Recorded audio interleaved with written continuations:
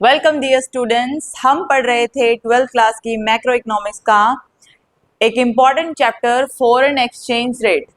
इसका हमने flexible exchange rate वाला टॉपिक कंप्लीट कर लिया था। आज हम डिस्कस करेंगे इसके आगे फिक्स एक्सचेंज रेट और उसके बाद के टॉपिक। जब रेट ऑफ एक्सचेंज को फिक्स करने में गवर्नमेंट का इंटरफेरेंस होता है, जब गवर्नमेंट उसे सेट करती है, तो ऐसी रेट ऑफ एक्सचेंज को बोला जाता है फिक्स एक्सचेंज रेट। ठीक है, तो देखिए कई बार गवर्नमेंट क्या करती है, जहां पे demand and supply of foreign exchange equal होती है, उससे कई बार ऊपर या फिर उससे नीचे सेट कर देती है रेट ऑफ एक्सचेंज से, और उसके पीछे उसका कुछ मोटिव होता है। चलिए जानते हैं क्या। देखिए, normally demand and supply of foreign exchange, यहाँ पे यूएस डॉलर ले रखा है, supply and demand of US dollar equal है आपके ई पॉइंट पर।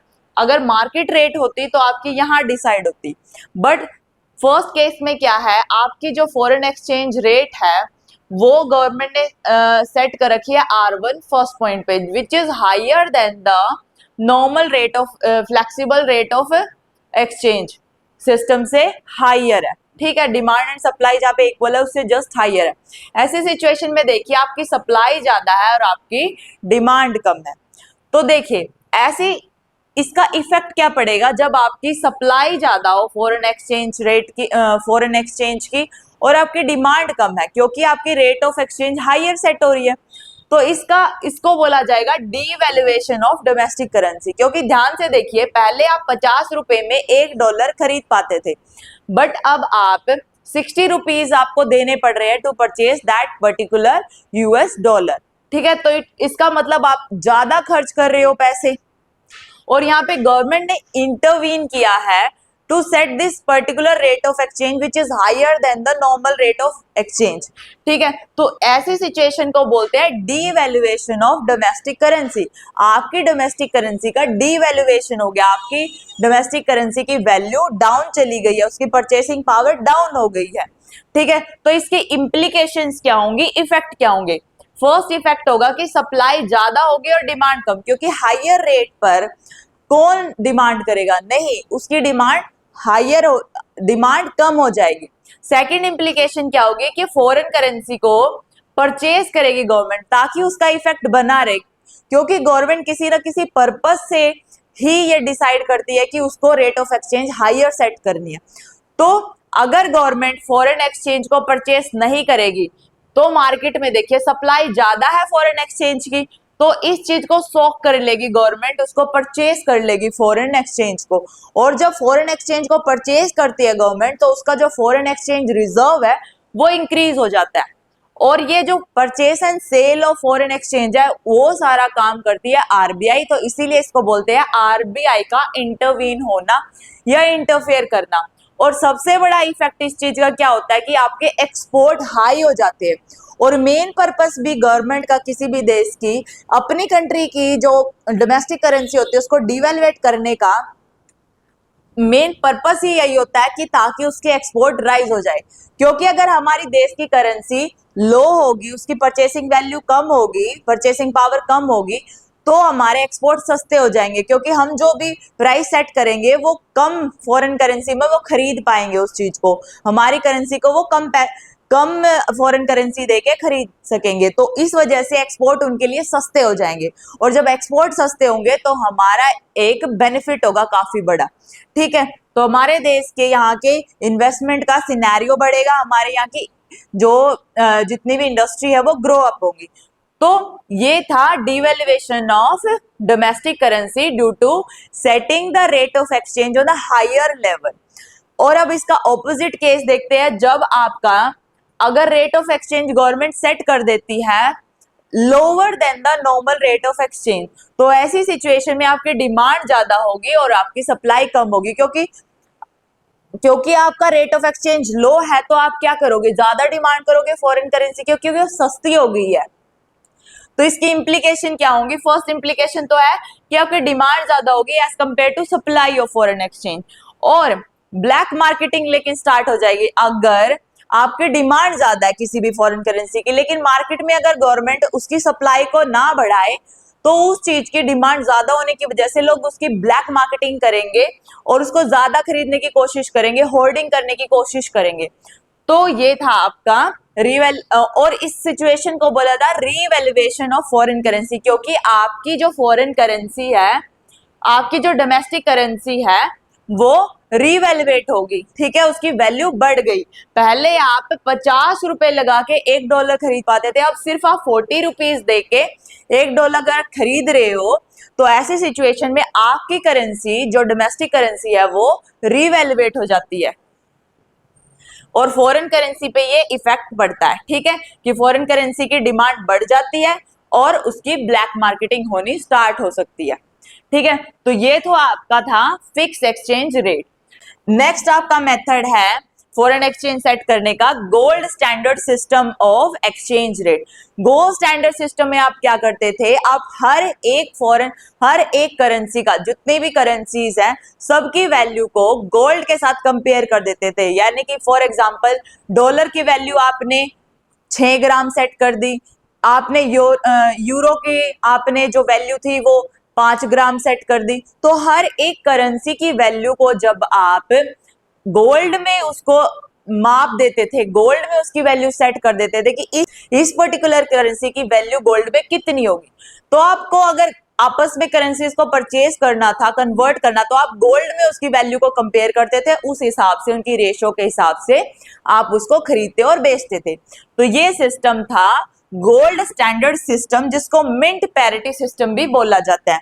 बट ये सिस्टम थोड़ा कॉम्प्लेक्स था, क्योंकि गोल्ड जो है लिमिटेड है वर्ल्ड में और थोड़ा कॉम्प्लेक्स भी पड़ता था। दैट इज वाई 1920s के आसपास ये सिस्टम बंद कर दिया गया। उसके बाद एक नया सिस्टम स्टार्ट किया जिसको बोलते हैं ब्रिटन वुड सिस्टम या फिर पेग्ड सिस्टम। इसमें जो डिफरेंट करेंसीज होती है वो एक पर्टिकुलर करेंसी से रिलेट कर दी गई, यानी कि किसी भी करेंसी को अगर खरीदना है उसकी वैल्यू को उस पर्टिकुलर करेंसी से कंपेयर किया गया और जो वो करेंसी सेट की थी वो थी डॉलर, और डॉलर की वैल्यू को गोल्ड में सेट कर दिया। तो इनडायरेक्टली हर करेंसी की जो वैल्यू थी वो गोल्ड में भी वैल्यू सेट कर दी, क्योंकि सबको पहले डॉलर से कंपेयर करना और डॉलर को गोल्ड से कंपेयर करना। तो इस तरीके से इनडायरेक्टली आपने उनकी वैल्यू को भी गोल्ड में कन्वर्ट कर दिया। तो इसको बोलते हैं पेग्ड, यानी कि रिलेट कर देना किसी एक पर्टिकुलर करेंसी के साथ सभी करेंसीज की वैल्यू को, और इसको बोलते हैं, और ये डिसाइड किया था यूएस डॉलर को, ठीक है। तो लेकिन जो अगर मान लो किसी भी करेंसी को अगर आपने वैल्यू को चेंज करना है एज कंपेयर टू डॉलर, ठीक है, तो आप उसको चेंज भी कर सकते थे। IMF और वर्ल्ड बैंक जो इंस्टीट्यूट है वो उसमें एडजस्टमेंट कर देती थी, बट ये सिस्टम भी इतना ज्यादा कारगर नहीं हुआ, कॉम्प्लेक्सिटी और ज्यादा बढ़ गई। तो इस सिस्टम को भी 1977 में खत्म कर दिया गया, ठीक है। और फिर आपने स्टार्ट किया एक दूसरा सिस्टम जिसको फ्लेक्सिबल सिस्टम बोलते हैं, और हम इसको डिस्कस भी कर चुके हैं। और एक और सिस्टम है जिसको मैनेज फ्लोटिंग बोलते हैं, जो कि डिफरेंट कंट्रीज के जो सेंट्रल बैंक है वो इसको अडॉप्ट करते हैं to affect the rate of exchange of particular foreign currency, ठीक है। अपनी करेंसी की वैल्यू को एक एडजस्टेबल लिमिट में रखने के लिए जो फॉरेन करेंसीज की सेल एंड परचेज के द्वारा हमारी करेंसी की रेट ऑफ एक्सचेंज को अफेक्ट किया जाता है, इसको बोलते हैं मैनेज फ्लोटिंग। कि आप मैनेज कर रहे हो रेट ऑफ एक्सचेंज को, अफेक्ट कर रहे हो, इंटरफेयर कर रहे हो by purchasing and selling of foreign currency. जब आप फॉरेन करेंसी की परचेस और सेल के द्वारा रेट ऑफ एक्सचेंज को अप या डाउन करने की कोशिश करते हो, तो ऐसी सिस्टम को बोलते हैं मैनेज फ्लोटिंग। हमारी कंट्री में ये RBI के द्वारा किया जाता है। तो ये जो है मैनेज फ्लोटिंग में सेल परचेस होती है फॉरेन करेंसी की, ठीक है।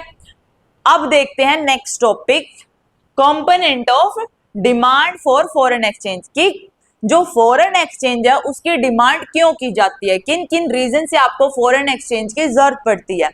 फर्स्ट है आपका repayment of interest and loan, international loan. जब देखो कंट्रीज आपस में भी लोन लेती रहती हैं, ठीक है, तो लोन को रिटर्न अगर आपको करना है तो आपको उस पर्टिकुलर करेंसी में ही करना होगा, जिस कंट्री से आपने लोन लिया उन्हीं के करेंसी में करना पड़ेगा आपको रिटर्न। तो आप डिमांड करोगे फॉरेन करेंसी की, आपको नीड होगी। सेकंड है इन्वेस्टमेंट। अगर आप रेस्ट ऑफ द वर्ल्ड में आप इन्वेस्ट करोगे, जैसे मान लो हम यूएस में इन्वेस्ट कर रहे हैं, इंग्लैंड में इन्वेस्ट कर रहे हैं या किसी और कंट्री में इन्वेस्ट कर रहे हैं, तो हम वहीं की करेंसी में हमको इन्वेस्ट करना पड़ेगा। Then we will demand that particular currency, जो भी कंट्री हम चूज करें टू इन्वेस्ट। ठीक है, अगले है इंपोर्ट। इंपोर्ट जब हम करते हैं कोई भी गुड्स एंड सर्विसेज हम खरीदते हैं दूसरे देशों से, तो हमें उन्हीं की करेंसी में रीपेमेंट करनी पड़ती है, आपको पे करना पड़ता है। तो इंपोर्ट के केस में भी we required foreign exchange. Then है डायरेक्ट परचेज। किसी भी कंट्री में अगर आप कुछ परचेज कर रहे हो, कोई एसेट परचेज कर रहे हो या कुछ भी परचेज कर रहे हो, you need that particular currency for the purchase. ठीक है, आगे है ग्रांट्स। जैसे कई बार क्या होता है, जो थोड़ी सी कहते हैं ना डेवलप्ड कंट्रीज होती हैं, वो अंडर डेवलप्ड कंट्रीज को या डेवलपिंग कंट्रीज को मॉनेटरी हेल्प देती रहती है किसी ना किसी पर्पस से, या फिर जैसे किसी डिजीज से फाइट करने के लिए, या फिर अर्थक्वेक जैसी सिचुएशन है उससे फाइट करने के लिए, नेचुरल क्लाइमेटी से फाइट करने के लिए, गरीबी से फाइट करने के लिए। तो ऐसी सिचुएशन में ग्रांट हेल्प वगैरह दी जाती है मॉनेटरी। तो ऐसी सिचुएशन में जब आप ग्रांट देते हो, ठीक है, तब आपको जरूरत पड़ती है फॉरेन एक्सचेंज की। ठीक है, आगे है payment of income.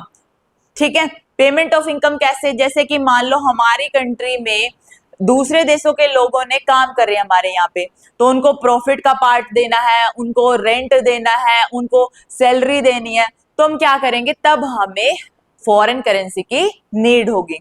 Again speculation, जैसे दूसरी कंट्रीज में हम स्पेकुलेट कर रहे हैं, फॉरेन करेंसीज में स्पेकुलेट कर रहे हैं, किसी की वैल्यू अप डाउन।